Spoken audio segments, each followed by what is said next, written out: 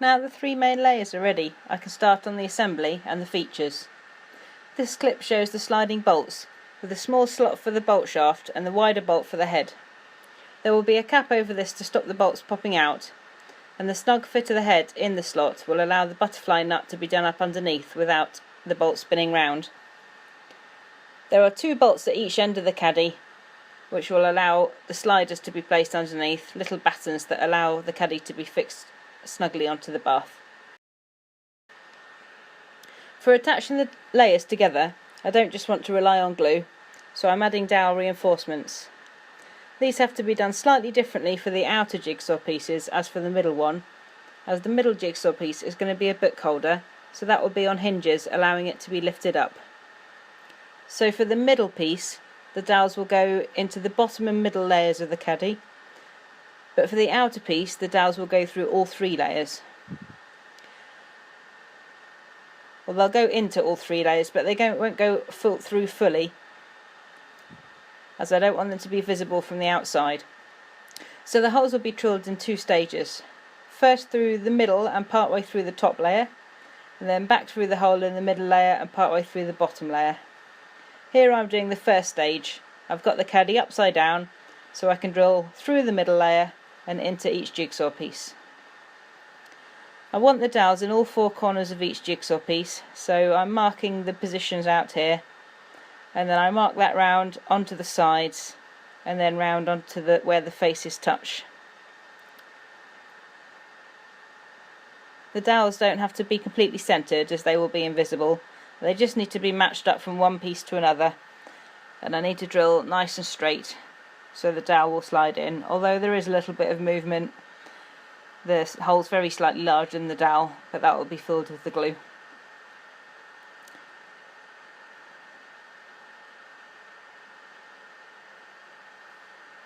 I'm just finally checking the spacing here before committing to drilling.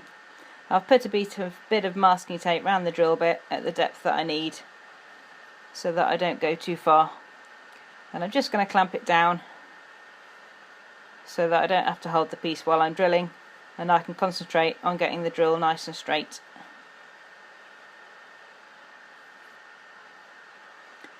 After this, I separate the middle layer off and turn it the right way up again and place it onto the 3 strips that are the bottom layer.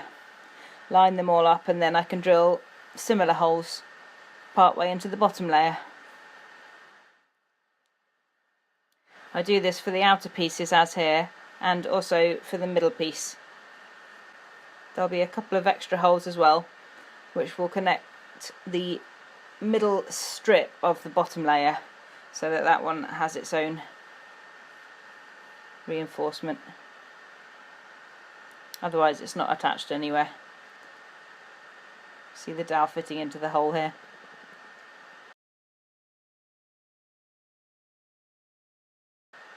This is the bottom layer with all the holes drilled in it, and I'm just going to check the fit here. This is the holes for the middle piece. These were done just halfway into the middle layer, halfway into the bottom, and then once those are connected up, I can then go through the holes that you can see for the outer pieces to drill those part-way holes into the bottom layer for the outer pieces.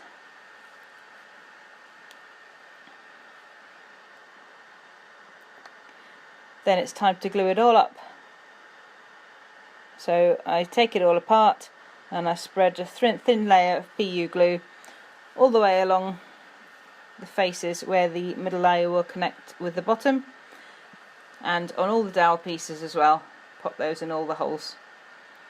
I need to make sure the bottom pieces are equally spaced, and then glue it all up. And now here it's glued, and I'm just checking the spacing,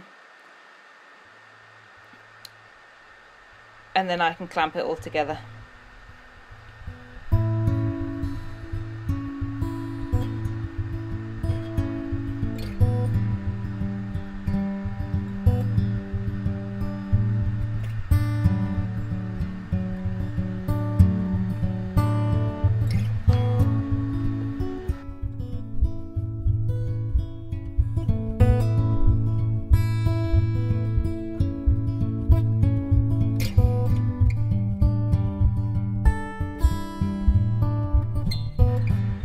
I'm just using a bit of baking paper, sorry, just to make sure that the glue doesn't stick to anything I'm clamping it.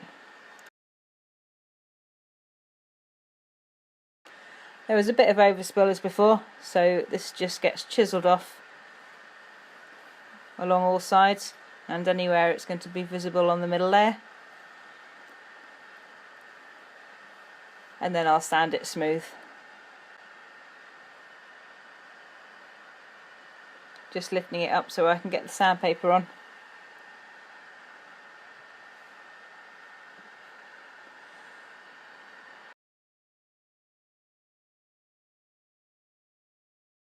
It's time to put the hinges on now. These are centralised on each side, so each side of the hole in the jigsaw piece. I'm marking on the top and then squaring down the edge using my little engineer's square. And then I continue that line round onto the bottom and mark the position of the hinge.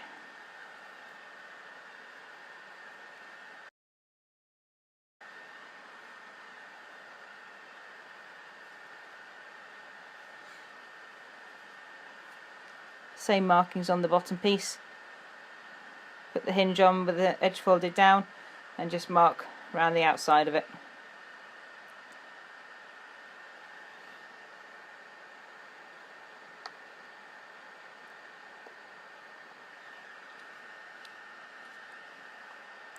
Now it's just a case of knocking out the gap for the hinge with a hammer and chisel. I do this a little bit at a time so that the wood cuts down neatly. I chop in at the edge and then along the sides, and then just take the material out a little bit at a time.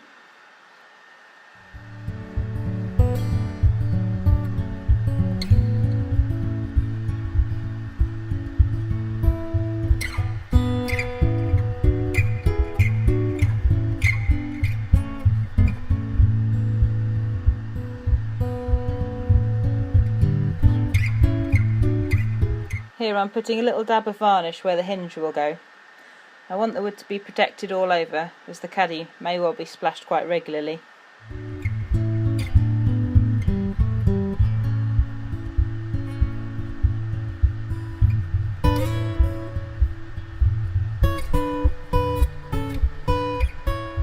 I need to drill a small pilot hole so the wood doesn't split, and then fix the hinges on. I'm using brass screws and brass hinges so that they don't rust if they get wet.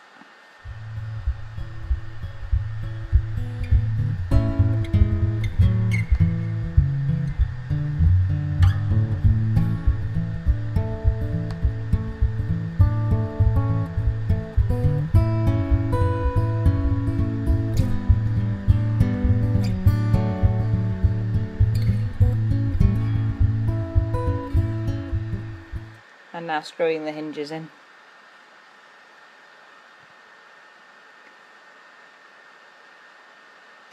Now I want to varnish this section before I glue the outer jigsaw pieces down, as I won't be able to do it afterwards. I'm using yacht varnish here, which is very waterproof.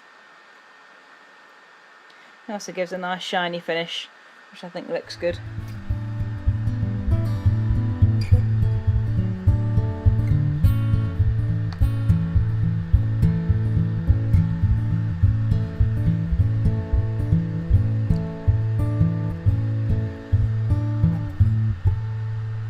The caddy has a number of main features.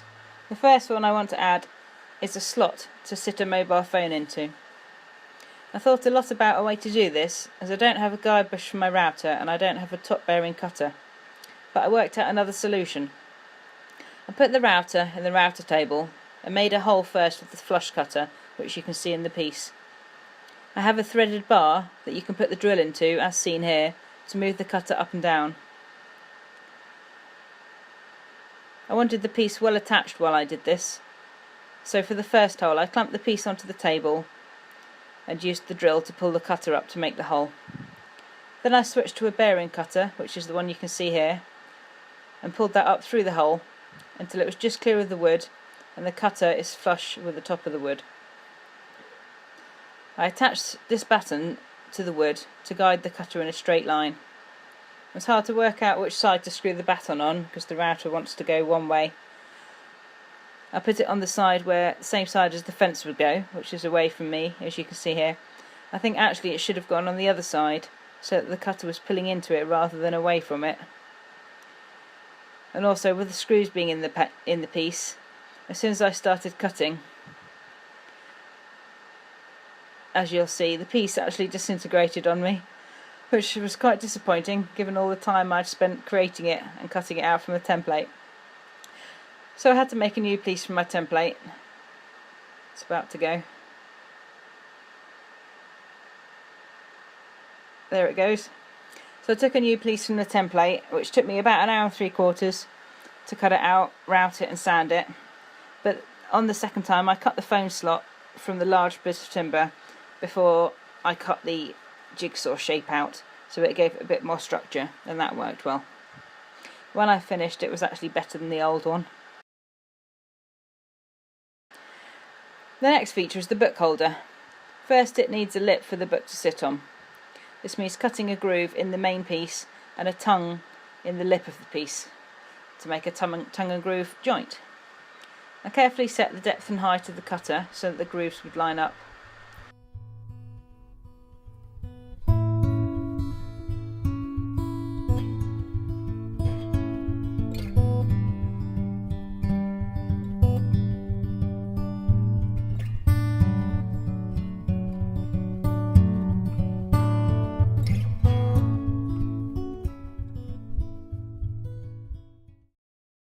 The tongue is made by cutting a rebate on either side, leaving a strip of timber in the middle.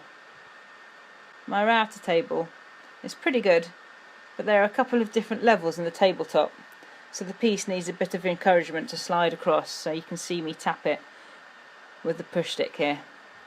So this is the book lip, and I'm cutting the first rebate in here, and the way it's set up, the second rebate is exactly the same settings. I just need to flip the piece round, cut it on the other side, and that'll leave the tongue.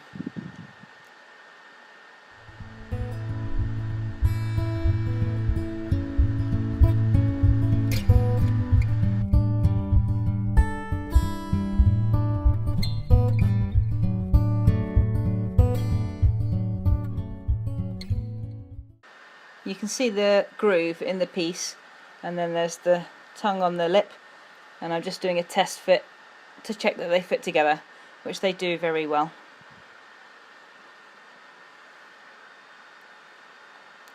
Now this is the exciting part visually, the inlaid letters to spell out the name Anna. First I had to mark the letters onto the wood, so I printed them out in a font I liked, put carbon paper in between, taped it down and drew round the letters with a sharp pencil. I cut them out with a router and a 1/16 of an inch bit. Tiny weeny little thing. There isn't a video of that, but I will also use the router to cut the recess for them to go into in the jigsaw piece, which you will see. Here's the pieces cut out. And they needed sanding around the edge, as the router was used freehand and didn't leave a completely smooth outline.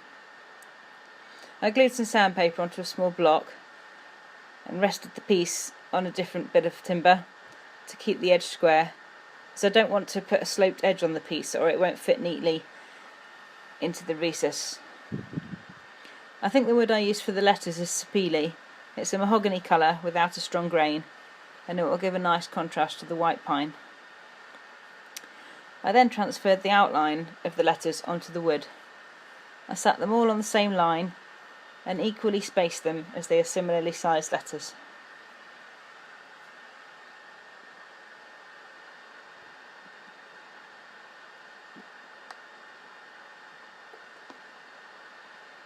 I knife round them first to mark the position. Now I got the technique for this inlay, router based inlay, from the Wood Whisperer, another person that does YouTube uploads and tutorials, And if anyone is interested in trying it, it's best off referring to that tutorial because it is very good. So I'll put a link below. But I'll just summarise here what I'm doing. I did 2 passes with the router. The first with a 3mm bit to take the main bulk out, and then the second pass, which is the one here, with a 1/16 of an inch bit again to get right up to my knife line. The video is at 4 times speed, so you can see the movement, but I actually went quite slowly to be quite precise at the edges. And as you get closer to the knife line, you can see the waste coming out, it changes slightly, so you can get an idea of when you're right at your line. So even though it's quite a fine process, you can be quite precise.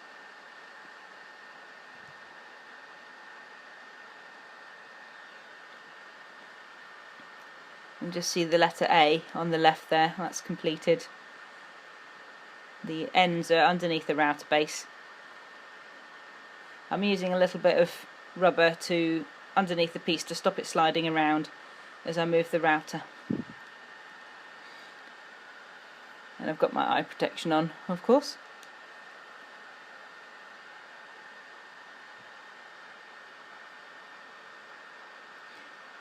Before gluing the letters in, I wanted to sand shade them, which is also something explained in the Wood Whisperers tutorial.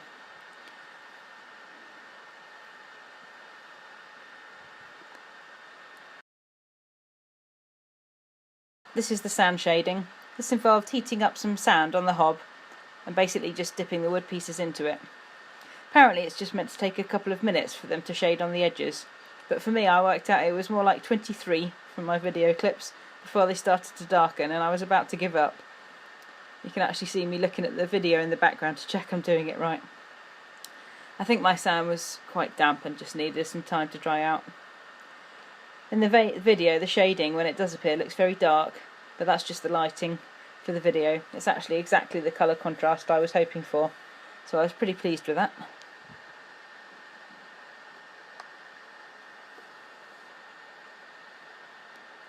I've shaded them top and bottom. There's all sorts of ways you could do it. You could add a shade all the way around the outside. And there's the 4 completed pieces. That's just sat on top, ready to go in.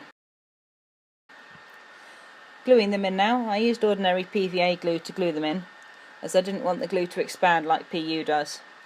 My PVA isn't a waterproof version, but I'll be varnishing over the top, so it wasn't an issue here.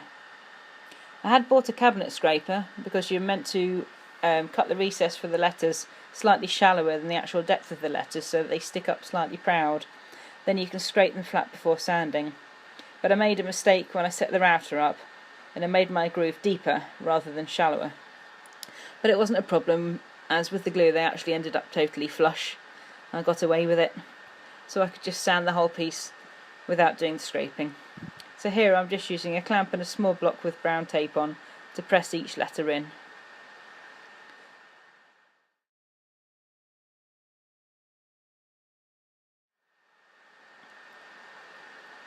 Here I'm just adding a bit of PVA wherever there's a small gap, and just using a little bit of sandpaper to create a bit of wood dust, which I then push down into the PVA. For my first go, I was quite pleased with how they turned out.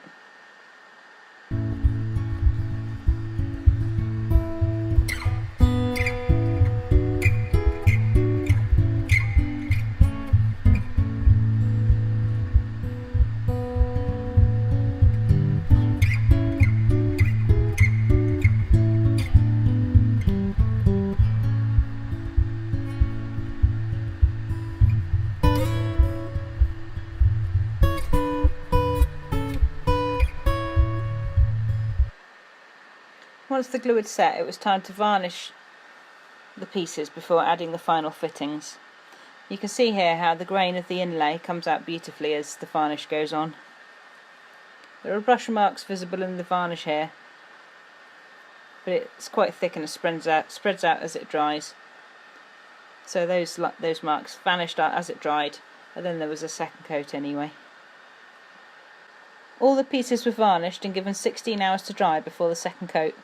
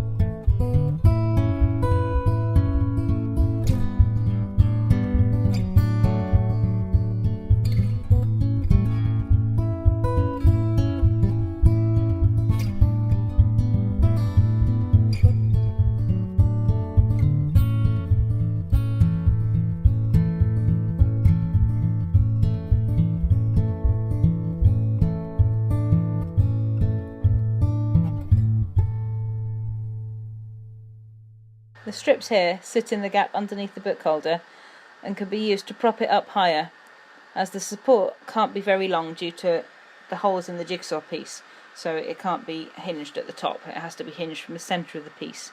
Finally, we can see it finished.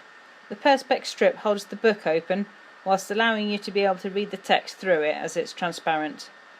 The phone holder keeps it visible without you having to lift it with wet hands.